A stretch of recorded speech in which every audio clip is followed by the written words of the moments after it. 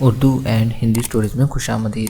دوستو، کہانی شروع کرنے سے پہلے آپ لوگوں سے گزارش ہے کہ ہمارے اس چینل کو سبسکرائب کر لیں تاکہ ہمارے آنے والی ہر نئی کہانی کا نوٹیفیکیشن آپ کو بر وقت مل سکے۔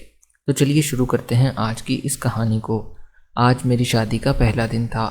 میں بہت زیادہ پریشان ہو رہی تھی۔ خوشی سے زیادہ مجھے پریشانی تھی۔ میں اپنے ماں باپ کی اکلوتی اولاد تھی۔ میرے ماں باپ نے مجھے بہت زیادہ لاڈ پیار سے پالا تھا۔ میں اب رخصت ہو کر اپنے شوہر کے گھر آ چکی تھی۔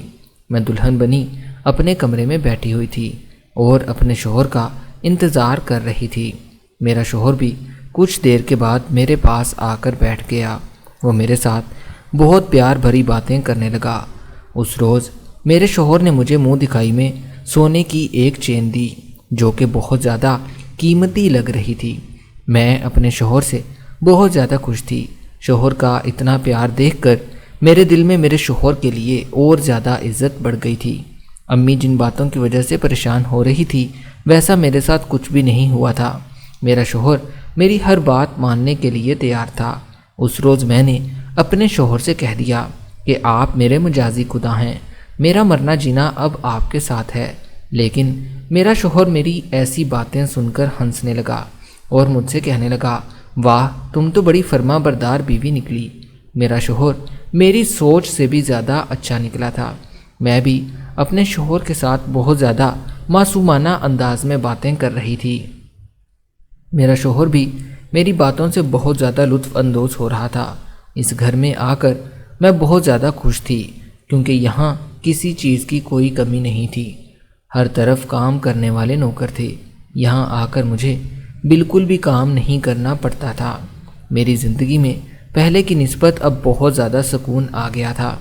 ویسے تو کام کرنے والے بہت زیادہ نوکر تھے لیکن پھر بھی میں کچن کا کام خود کیا کرتی تھی اور اپنے شوہر کے لیے خود کھانا بنایا کرتی تھی کیونکہ شوہر کے علاوہ اس گھر میں کوئی نہیں رہتا تھا۔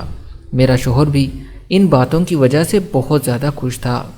جیسے جیسے دن گزرتے جا رہے تھے میرے شوہر سے میری محبت بڑھتی جا رہی تھی۔ میں اپنے شوہر سے بہت زیادہ محبت بھی کرنے لگی تھی۔ مجھے بالکل سمجھ نہیں آتا تھا کہ اپنے شوہر سے کس قسم کی بات کرنی ہے۔ اکثر میری ماں نے بھی مجھے بہت زیادہ سمجھایا تھا کہ اپنے شوہر سے ایسی کوئی بات مت کرنا جس سے تمہاری آنے والی زندگی کو خطرہ ہو، لیکن میں اپنی ماں کی یہ بات نہیں سمجھی اور میں اپنے شوہر سے ہر قسم کی بات کر لیا کرتی تھی، یہاں تک کہ میں نے اسے اپنے بارے میں سب کچھ بتا دیا تھا۔ مجھے اپنے شوہر پر بہت زیادہ بھروسہ تھا۔ ایک روز میرا شوہر جیسے ہی دفتر سے واپس گھر آیا وہ مجھے بہت زیادہ اداس لگ رہا تھا۔ پریشانی اس کے چہرے سے صاف دکھائی دے رہی تھی۔ وہ مجھ سے کوئی بات نہیں کر رہا تھا۔ میں بہت زیادہ پریشان ہو رہی تھی۔ پریشانی کے عالم میں اس روز میں نے اپنے شوہر سے کہہ دیا کہ آپ مجھے کبھی طلاق مت دینا، آپ کے بغیر میں زندہ نہیں رہ سکتی۔ میری آنکھوں سے آنسو نکل رہے تھے۔ میرا شوہر میری طرف تعجب بھری نگاہوں سے دیکھنے لگا اور کہنے لگا، تم یہ ایسی باتیں کیوں کر رہی ہو؟ اس وقت میں نے اپنے شوہر سے کہہ دیا، بس میرا ساتھ کبھی مت چھوڑنا، باقی میں آپ کا غصہ ہر چیز برداشت کرنے کے لیے تیار ہوں۔ میرا شوہر میری طرف دیکھ کر مسکرانے لگا اور کہنے لگا، تم ایسی باتیں مت کیا کرو۔ ان کا سارا غصہ اتر چکا تھا۔ میرا شوہر مجھ سے کہنے لگا، تمہیں پریشان ہونے کی بالکل بھی ضرورت نہیں ہے، بہرحال میں تمہارا کبھی ساتھ نہیں چھوڑوں گا۔ میرے لیے اتنا ہی کافی ہے کہ تم میری خاطر اپنے ماں باپ کو چھوڑ کر آئی ہو۔ اس روز مجھے اپنے شوہر پر بہت زیادہ اعتماد ہو گیا تھا کہ میرا شوہر کبھی میرا ساتھ نہیں چھوڑے گا، لیکن مجھے کیا پتا تھا کہ حالات اتنی جلدی بدل جاتے ہیں۔ دن ایسے ہی گزرتے رہے اور میں گھر کے سارے کام بہت زیادہ ذمہ داری سے کیا کرتی تھی۔ میں نے پورے گھر کو بہت اچھی طرح سے سنبھال لیا تھا۔ گھر کا ماحول بھی میرے آنے کی وجہ سے بہت زیادہ بدل چکا تھا، لیکن میرا شوہر مجھے اس گھر کے زیادہ کام نہیں کرنے دیتا تھا۔ وہ اکثر مجھ سے کہا کرتا تھا کہ اتنے زیادہ کام کرو گی تو تم بیمار ہو جاؤ گی، اور مجھے ایسے ہی لگنے لگا جیسے میں مسلسل بیمار ہو رہی ہوں۔ شوہر کی ایسی باتیں سن کر مجھے یقین نہیں آتا تھا کہ میرا شوہر میرا اتنا زیادہ خیال رکھتا ہے۔ دن ایسے ہی گزرتے رہے اور 6 مہینے شادی کے بعد میرے بہت ہی زیادہ اچھے گزرے تھے۔ پھر اچانک میرے شوہر کا رویہ میرے ساتھ بدلنے لگا۔ وہ ہر وقت مجھ پر غصہ کرنے لگا، مجھے کام کے تانے دینے لگا کہ تم کوئی کام نہیں کرتی۔ رات کو دیر سے اکثر واپس گھر آتا تھا، ساری رات اپنے موبائل پر لگا رہتا تھا۔ مجھے ایسے لگا جیسے ان کی زندگی میں کوئی اور آ گیا ہو۔ میرا شوہر مجھے اب زیادہ وقت نہیں دیتا تھا۔ ہمارا رشتہ کچھ ہی دنوں میں ختم ہوتا جا رہا تھا۔ میں نے اپنے شوہر کے ساتھ ہر طرح سے بات کرنے کی کوشش کی، لیکن ان کا برتاؤ تبدیل نہیں ہوا۔ وہ دن بدن میرے ساتھ برا رویہ اپنانے لگا، یہاں تک کہ اب تو وہ گھر کے ملازموں کے سامنے میری بہت زیادہ بے عزتی کر دیا کرتا تھا۔ ان کے جانے کے بعد ملازم بھی میرے اوپر دانت نکالتے تھے، گھر میں میری کوئی عزت نہیں کرتا تھا۔ میرے لیے یہ بات کسی قیامت سے کم نہیں تھی۔ میں پھر بھی اپنے شوہر کی ہر بات برداشت کرتی جا رہی تھی اور سر جھکا کر ان کی ہر بات سنتی رہی۔ ان کی باتوں کی وجہ سے میری طبیعت بہت زیادہ خراب رہنے لگی تھی۔ مجھ سے گھر کا کوئی کام نہیں کیا جاتا تھا، لیکن میرے شوہر نے ان حالات میں بھی میرا بالکل ساتھ نہیں دیا۔ ایک روز میں اپنے کمرے میں بیٹھی تھی کہ میرا شوہر اپنے ساتھ ایک لڑکی کو لے کر آیا جس کی عمر مشکل سے 20 سال تھی۔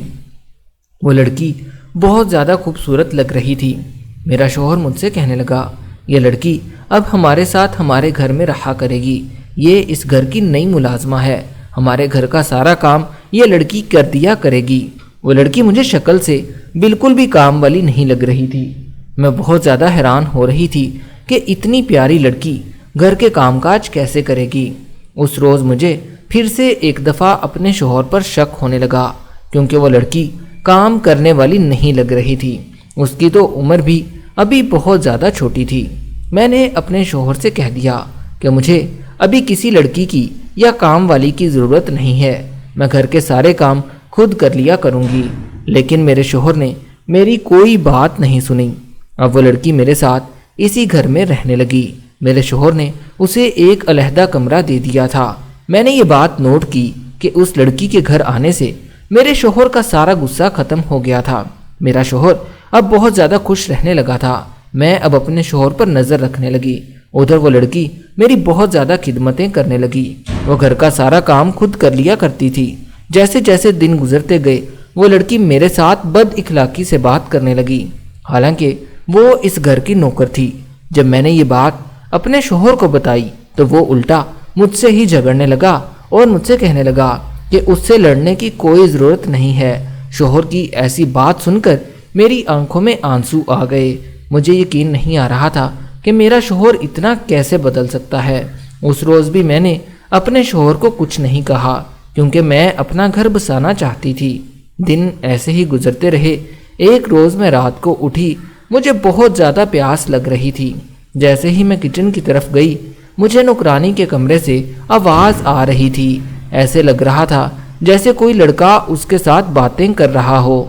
میں بہت زیادہ حیران ہوئی، کیونکہ ہمارے گھر میں میرے شوہر کے علاوہ کوئی بھی مرد موجود نہیں ہوتا تھا۔ مجھے سمجھ نہیں آ رہا تھا کہ نوکرانی اس وقت کس سے باتیں کر رہی ہے، کیونکہ رات کا تقریباً 1 بج رہا تھا۔ جیسے ہی میں نے کمرے کی کھڑکی سے دیکھا، میرے ہوش اڑ گئے، کیونکہ وہاں کوئی اور مرد نہیں بلکہ میرا شوہر بیٹھا ہوا تھا۔ وہ اس لڑکی کو شادی کے لیے راضی کر رہا تھا، لیکن لڑکی میرے شوہر کی کوئی بات نہیں مان رہی تھی۔ وہ نوکرانی شادی کے لیے راضی نہیں ہو رہی تھی، بلکہ میرے شوہر سے کہہ رہی تھی کہ پہلے اپنی پہلی بیوی کو طلاق دو۔